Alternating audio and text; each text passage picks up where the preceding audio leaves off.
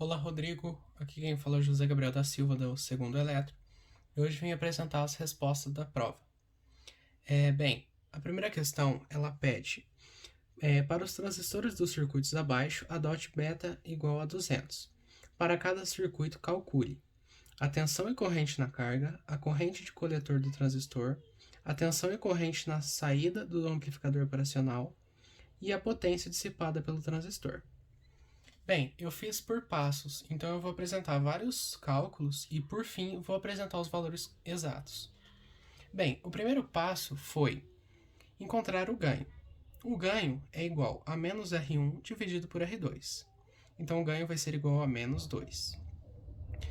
Após ter encontrado o ganho, vamos calcular o V0 do primeiro circuito, que nada mais é que 3, que é a tensão de entrada, vezes o ganho que você encontrou, que por fim o V0 do primeiro circuito vai ser igual a menos 6 volts.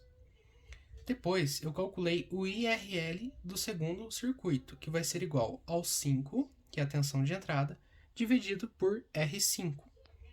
O meu R5 vale 300 ohm.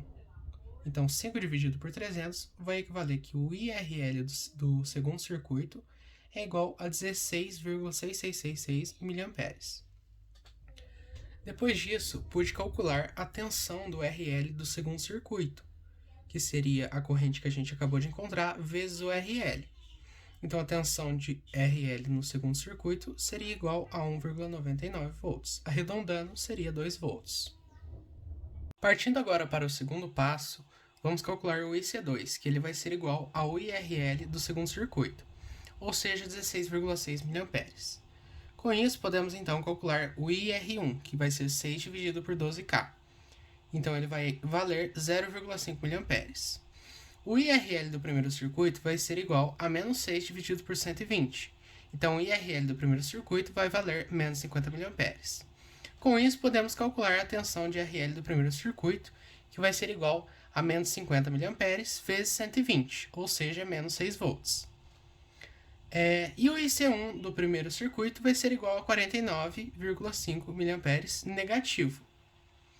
No terceiro passo, podemos calcular o V0 do amplificador do primeiro circuito, que vai ser igual a menos 6 menos 0,7, ou seja, menos 6,7. E o I0 do primeiro circuito vai ser igual a menos 49,5 mA dividido por 200, ou seja, menos 247,5 microamperes. Continuando agora o terceiro passo, podemos encontrar o I0 do segundo circuito, que é 16,6 mA dividido por 200. Então, o I0 do segundo circuito fica 83,3 microamperes. O V0 do segundo circuito fica 5 volts mais o 0,7 volts, que é o do diodo. Então, o V0 do segundo circuito fica com 5,7 volts, e assim finalizando o terceiro passo. No quarto passo, eu descobri a potência dissipada no circuito 2 e no circuito 1. Para isso, tive que achar o VCE do segundo circuito e o VCE do primeiro circuito. Aqui estão as fórmulas: 12 volts menos RL do segundo circuito menos os 5 volts. E menos 12 volts menos o menos 0,7 menos o V0 do primeiro circuito. Bem, o VCE do segundo circuito fica 5 volts e o VCE do primeiro circuito fica menos 5,3 volts. A potência dissipada vai ser a fórmula VCE vezes o IC. Então, a potência dissipada no segundo circuito fica 83,3 mW. E a potência dissipada no primeiro circuito fica 262,35 mW. As respostas sem as contas ficaria desta forma: VRL, menos 6 volts, V0 do amplificador vai ser igual a menos 6,7, o IC vai ser igual a menos 49,5 mA, o IRL menos 50 mA, o I0 menos 247,5 microamperes e a potência dissipada 262,35 mW. Já do segundo circuito ficaria VRL 2 volts, V0 do amplificador ficaria 5,7, o IC ficaria igual a 16,6 mA, o IRL vai ser igual ao IC, que é 16,6 mA, o I0 83,3 microamperes e a potência dissipada 83,3 mW. Partindo agora para a questão 2A, ele pedia para a gente identificar quais as configurações dos amplificadores operacionais e qual era a função dos diodos, do D1 ao D7. Bem, o amplificador A ele estava numa configuração diodo de precisão, o amplificador B estava em uma configuração diodo de precisão inversor e o C uma configuração subtrator. Bem, os diodos estavam o D1, o D2 e o D3 estavam como diodos de precisão. O D4 e o D5 estavam limitando a tensão de saída, e o D6 e o D7 estavam protegendo na entrada, e assim finalizando a 2A. 2B. Apresente em escala no gráfico abaixo as curvas de tensões V1, V2, VA, VB e VC. Primeiramente, vamos apresentar a tensão V1 e o V2. Como apresentado no enunciado, ele sofre uma tensão alternada de 500 mV, certo? Então o V1 ele vai ter a tensão de 5 volts mais o 500 mV e o V2 vai ter 5 volts menos 500 mV, pois no enunciado fala que o V2 é o inverso do V1.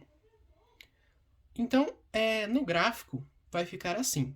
V1 ele vai de 5,5 até 4,5 e o V2 vai de 4,5 até o 5,5.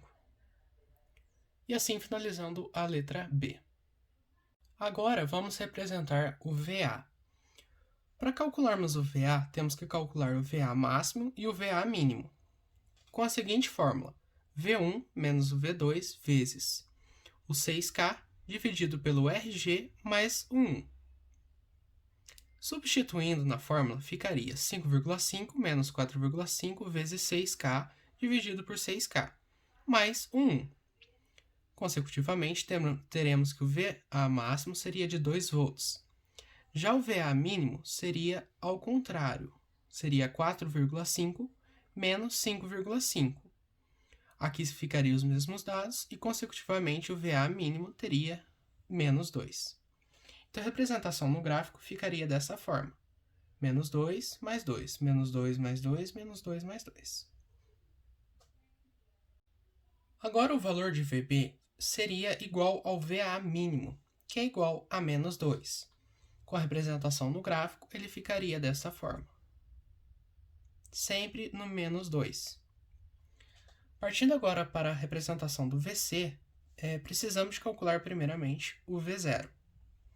Bem, V0 tem a fórmula V2 vezes 1K dividido por 1K mais 6K. Vezes 1K mais 1K dividido por 6K menos o menos 3 vezes 1K dividido por 6K.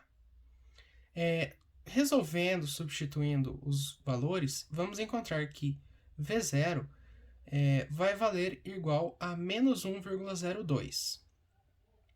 E também vamos precisar do V0 máximo, pois acabamos de calcular o V0 mínimo, que vai ser igual ao 1,02 mais 0,5, certo? Então, o V0 máximo, teria o valor de 1,52 volts. A representação no gráfico ficaria desta forma. Ele começa em 1,2 e vai até 1,52. E assim consecutivamente. E assim finalizando a questão 2. Partindo agora para a questão 3 e última, temos que esboçar as tensões no ponto A e no ponto B. Bem, para isso temos que calcular o VA máximo, o VA mínimo e o VA de entrada. O VA máximo ficaria R3 dividido por R1 mais 1 vezes o V1. Substituindo e efetuando os cálculos, VA máximo vai ser igual ao 3 volts. Já o VA mínimo, ele vai ser R3 dividido por R1 mais 1 vezes menos 1. Então, VA mínimo vai ficar com um final de menos 15 volts. O V de entrada vai ser calculado pelo R3 dividido por R1 mais 1 vezes o Vin de entrada. Então, VA de entrada ficaria igual a menos 6 volts. Agora, o valor da tensão no ponto B ficaria com a tensão do diodo, que é igual ao R1 dividido por R1 mais R6 vezes 12 Então, com isso, o V do diodo ficaria 1,09. E ele iria até menos 1,09. Após ter efetuado os cálculos, a representação no gráfico ficaria desta forma. O V de entrada ele começa nos 12 volts e isso ocorre pois a tensão de entrada ela é muito mais baixa do que a tensão do diodo. E quando essa tensão de entrada ela fica maior do que a tensão do diodo, ela cai totalmente para menos 12. Aqui não está marcado menos 12 certinho, pois o gráfico não está numa escala adequada. Mas ele fica nesse processo de 12 volts, ele está com uma tensão menor, e quando ele está a menos 12, ele está com uma tensão maior. Já a forma de onda do ponto A, ele teria uma entrada de menos 6 volts, e ele iria até os 3 volts, que é o VA máximo, que a gente já havia calculado. E o VA mínimo seria menos 15, então por isso que ele começa em menos 6, vai até o 3 volts máximo e desce até o menos 15, que é a tensão mínima. E assim ele continua consecutivamente. E assim finalizando a explicação da segunda prova do terceiro bimestre. Obrigado pela atenção.